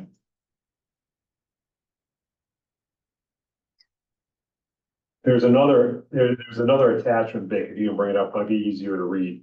What is it? It's just a rubric that you go through and score them. Yeah. So we have a scoring model that we're gonna score, the proposals. We have three. We're waiting to hear from all three of them. Two of them just recently came in. They had some questions for us. Well, we're Wait, waiting. this is for the engineering? Yeah, engineering consulting, yeah, Did you send an RFP out? yeah. But the RFP, I thought we hadn't approved that yet, because it's only got reference in it to the Gordy Fraser study as far as what the trail. We sent it out to the team and everybody sent back input. And then we put it together. Never got an email on it. I'll follow up to make sure you got it. Because in that request RFP, it makes reference that the engineering firm should use the Gordy Fraser feasibility study. It doesn't mention anything else that we've developed since then. Just for a reference point. That's all it says. They'll have everything that we've done once we hire them and give that all to them. Okay, so, we have the model that scores under 4 or 5 different, scenarios. You want me to read the little? Okay, go ahead. First one is relevant experience with similar projects, and that's weighted at 25%, and the rating scale goes from 1 to 5. I'll skip the big explanation. Capabilities. Yeah, capabilities and proposed solutions, that's another 25%, 1 through 5.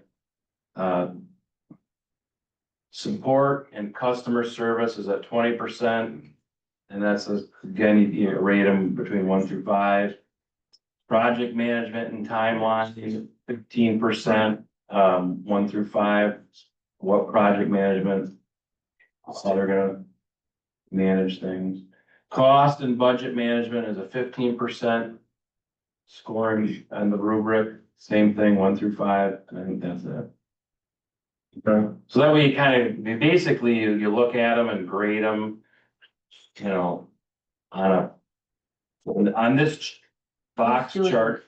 We'll be doing. Your best. Yeah.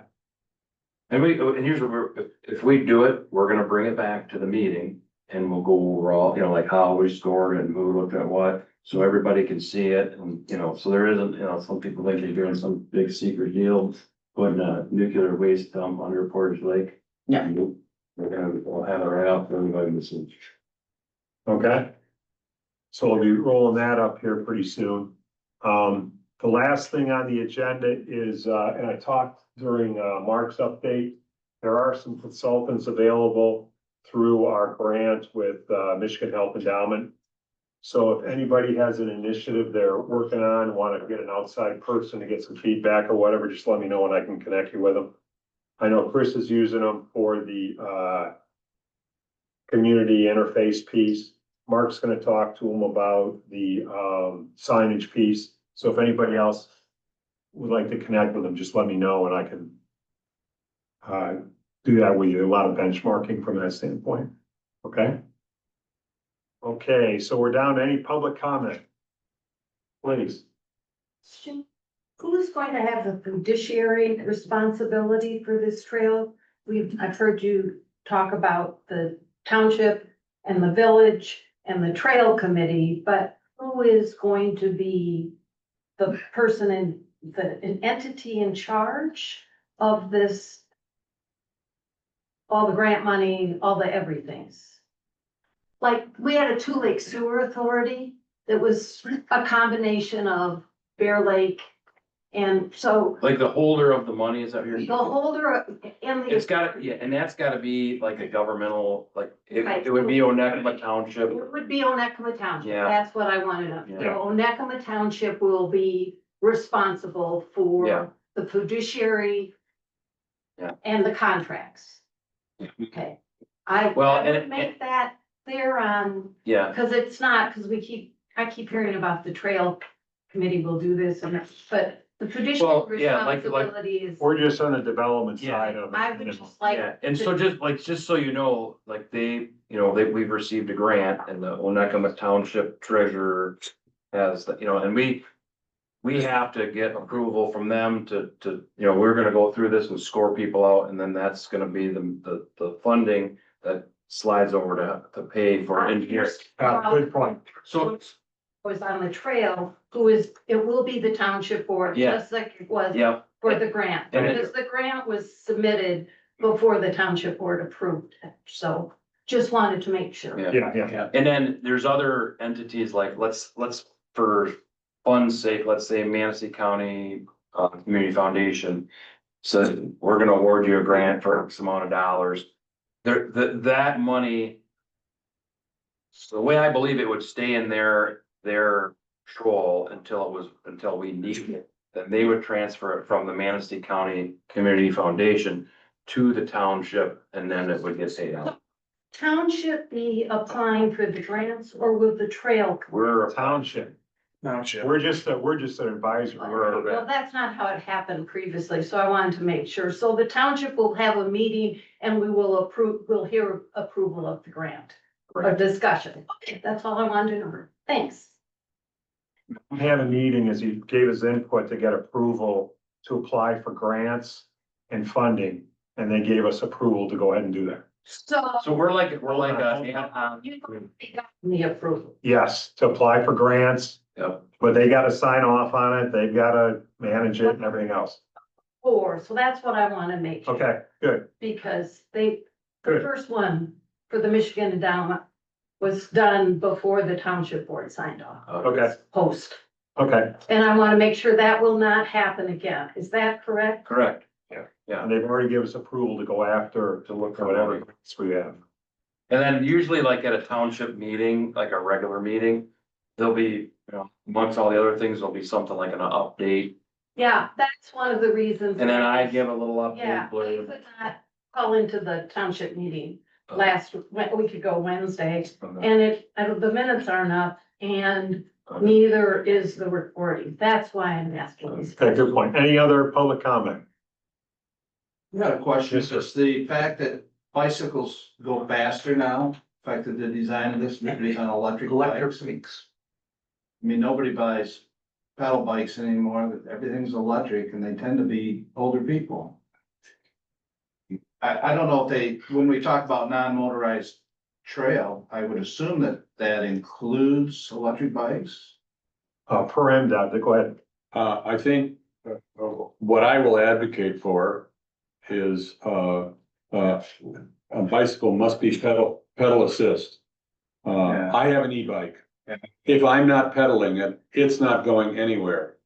But when I do pedal it, the motor assists me in my pedal Yeah, exertion. There's a big difference between that.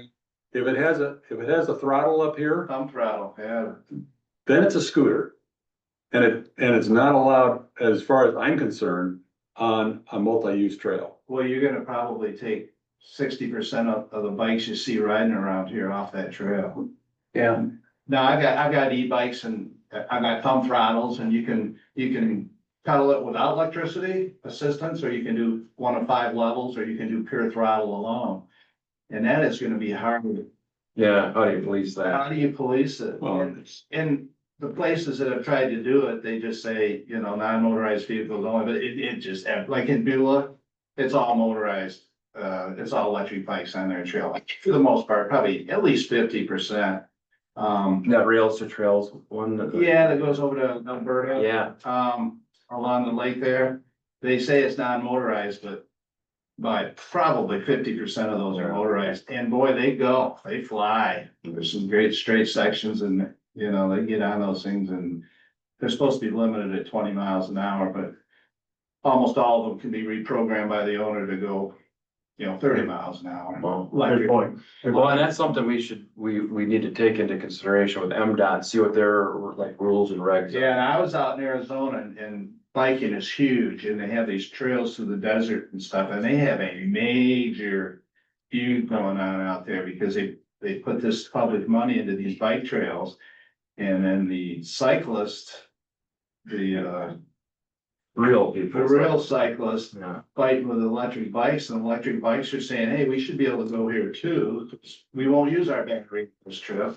But then they've got these huge signs where they're trying to enforce it, and it just doesn't work. They've gone as far as saying, if your bike has a battery, don't go on this trail. And people are saying, screw you, my taxes pay, and of course, the difference is, or the problem is, e-bikes travel faster than a pedal bike, so there's a constant, speed differences and, more passing and that kind of stuff, so. Yeah. It can be a real problem because, a lot of the public won't care what the sign says. Unless somebody pulls them off and tickets them, they're gonna ride their e-bike on it and then just say, well, I was pedaling, I didn't use the throttle. Yeah, it's impossible to. Okay, It's gonna be an issue. I support that national hike trails on the desert, and it's going to be a real. Oh, they hate each other out there, they just, I've seen electric bikes run down people. yeah.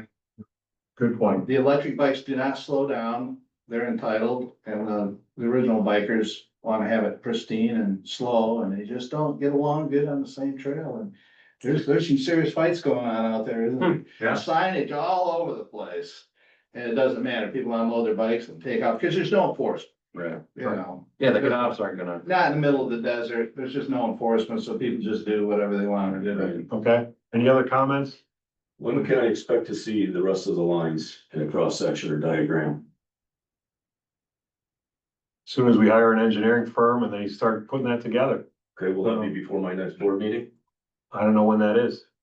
That is the third Wednesday of next month. I don't know, we don't even have. Because I'm sending out a request to prepare on my agenda, a motion to approve restriping lanes in the highway. Yeah, I'm surprised. And I don't know how I can do that when I don't have a cross section of the rest of the trail. I don't think I don't think it should be proposed, we don't have enough information, I don't know how you do that. Well, that's how I feel. Then don't present it. I feel the same way. Well, me and half of my board members have been requested to do so. By, I guess, you don't know, I guess I'm not gonna say at this point. okay, They, there's fourth. yeah, I don't think it should be. Nothing came from the team to request anything, Some team, is he not? yeah. But it was just a single comment, I don't know anything about it, Okay. I wouldn't include it. Right. You wouldn't? No, I agree 100%. Until we have the whole village project Spec presented. out. You can't vote on every One piece. single issue, I mean. Yeah. Yeah, Okay, anything else? Okay, so we got some follow-ups here. Joe, you brought up that communication on sidewalk, that's good. Mark will update the community piece. You got the maintenance, everything you need for maintenance. And then, Mickey, you and, Matt can work on those transition points from what have you, and then we'll see what happens when we're rolling up the requests coming together, so. So where in? You've got the RFP. Yeah. If we select an engineering company, at what point do we have all the final? They need a final plan to engineer it. Yes. Right. Well, Well, then some of the part stuff of we that don't know. is, part of that is for them to develop too. Right. Like whatever's happening in the north section, we don't know what's gonna happen in the north section. They've got the proposed, central section that we have. In the south section, there's a lot of environmental things that they gotta figure out. And so they also know, they'll find out where the utilities are. If they have to. No, I understand all that. I'm going off of Wayne's question. A lot is tumbling, but we don't have diagrams, a true final plan. Exactly, I agree with you. No, but I mean, to give to the engineers. We can't give the engineer, they're gonna develop it. They're the part of the They're ones the that are. person who's gonna put it together, not us. We can't, we're not out there. Disagree. They need a guide to go by. Dan? Isn't that just what we've been doing? I would just I'd like to support both of those. I had that difficulty when people talk to me about this. I have no idea what it's going to be. I can take copious notes and I try to figure it out what I'm gonna do. And now you can't say, we can't have any, you can't approve something in the village council. if You don't know what it's gonna be. And another person says, we don't know what it's gonna be until we have an engineering design. And we don't know what engineering company is gonna be. The person's gonna engineer it. I mean, this is crazy. I'm so ambiguous in terms of trying to help people understand. And right now is an example of what I confront on a daily basis. Go ahead. I don't believe it's crazy. I think we have come up and we've shown today, we've shown a south plan, a village plan, a north plan. It's our best Estimation. consensus of how we would like a trail to work. It addresses all of the concerns in the village. It addresses what we think will work best along M22 coming off of Crescent Beach Road. It addresses how we have to deal with the topography of Portage Point Road. And nobody is on this table is standing up and saying, absolutely not. I refuse to vote for that. Not, you're not speaking right. You're not speaking right now, Dan. I know you are. I know. I'm aware of that.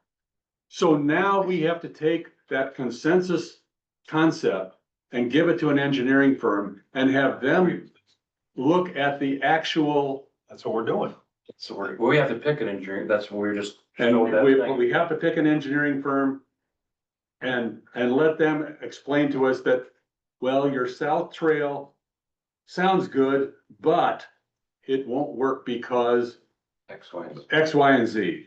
So I was only responding to what Bill was saying about, that he's being pushed to have it like this fourth to approve of something. He can't do that. Well, And here's I the think thing. Well, it's one person. Chris made the Forth request. is the chair of the planning commission for the village. I know that. And I think Chris saw, maybe it was out of this committee, maybe it was just out of Chris's own planning commission work. I don't know where he got that proposal. We didn't send Chris to the village to say, please introduce this. I agree. I was just trying to support what Wayne was saying, is that you can't do that. He needs to. And Exactly. I think the process is, you're gonna pick an engineering firm. An engineering firm is going to make this final process here, but I understand. But that's what the community needs to hear. Here are some generalized concepts. As I sat here as a community member today, the one that's the weakest for me is what's gonna happen on the south side. That's the weakest because of all the environmental concerns and everything. And so, but people need to hear that. This is a general kind of approach that we're using. And then we're gonna figure this out for people to vote on and make it, once we get that engineering design that this committee approves, and it's gonna come forward. But that, right, it's very ambiguous, and I think it's very difficult for somebody like Wayne, who's getting asked to, say, let's act on this. Even the concept for most people in this community, even describing the concept of what this is going to be is extremely difficult. And just so you. That's why we have somebody going on the outside to help us develop that, so we can share it with people. And I just wanna make sure you know. Even if you said that that. we are not which is pushing what Wayne. We're not. Which is what I'm advocating, Okay. is that you need to say, you need to have a progress report that I now heard today from Dave, I think, that it's gonna go on Facebook, which is, I think, really a good idea to get that out there in terms of what the progress is that here's where we are today. We've got these kind of things we're working on. We're struggling with this end down here. And once we get that together, we're gonna go to an engineering firm. We're gonna get a final project that's gonna be here. And then we'll come to the public hearings Yes. for the. Now you got it. That's what should be saying. Just so the public knows, the Facebook posts are not, they have my name attached to them. I am not the sole author of those posts. I may make up a post, I send it to Rick, I send it to Matt, they massage it, they tweak it, they say, let's add this, I didn't say it was, if it comes as a community statement, that's. Point taken. And just let me tell you, every section has its challenges. Oh, yeah, I agree with that. Okay, and we don't know what those are, and we're fortunate enough to have financing to have somebody come and tell us what they are. Yeah, and MDOT's been extremely important for you folks. Yeah. That's been the most significant advance that I've watched when you have those people here. It's good. And just so you're 100%, and for your comfort, the Trails Committee is not pushing Wayne to approve anything. That's something, that's a different issue. So I just wanna make sure that's very clear, like, the people around here aren't saying, God darn it, Wayne, you gotta get off, get this thing done. That's coming at it from a different angle. So I just wanna make sure you get, that's in there so you understand. Right, so the lane thing and proposed lane thing, that diagram has been around for a while. The black. The black one, one, yeah. the black, yes. I don't know who created that, but that obviously was done without an engineer at this point, or an engineer that's working for free. So we got that. Can we just get That's that a- same MDOT. level of professional design, whether it be an Going engineer, that or whoever did that? I don't know who did that. MDOT did it. What would they do? Would they throw another one together at the same?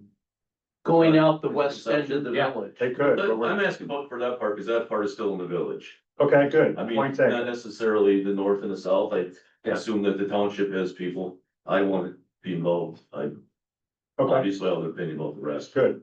Point taken. most professionally on the village part. Okay, before we close, Joanne? No, I just wanna emphasize with Wayne, you're the only one gets talked to MDOT, but have MDOT say, what you created, that black diagram, we'd like to see the same thing going out the west end. We need a visual picture, and it'll be turned over to the engineers, I understand, they may modify it. But if we've got one diagram now, let's finish out the diagrams and get it. They should be able to do it. Yeah, and we pretty quick. just so you know, we just working these concepts in the last week and a half.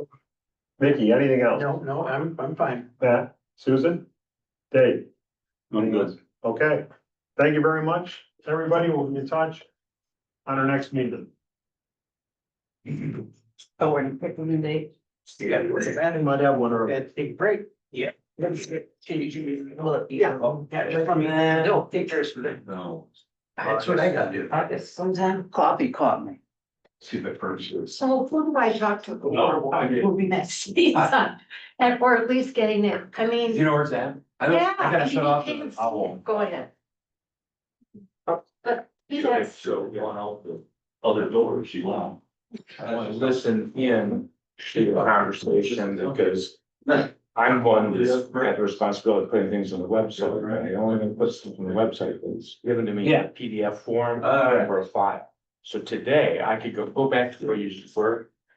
I could go back, I could go to the website right now and say, here's what happened at today's meeting. And then, but I think it would be better to give me minutes along with it. But not the timing thing, because there's this demand that. Right, and I'm gonna see how I get, I wanna. I'll send this. Oh, did you stop? I did not, I was asking you. Okay, how to that's stop Well, you get two persons. Let's hold on to that. My computer that I didn't have to bring today. I Sidewalk. just like to load it up. Just something. They're great. I'll use the bath, I'll use the bath. Hey, Susan, thank you. Thank you. Hey, I'm gonna tell Matt, I have to have a different I mean, email. if we noticed that it was, If I tell that Matt, we can do I'll it, get it if for we've got a everybody. trail, why wouldn't we do it now? Well, yeah,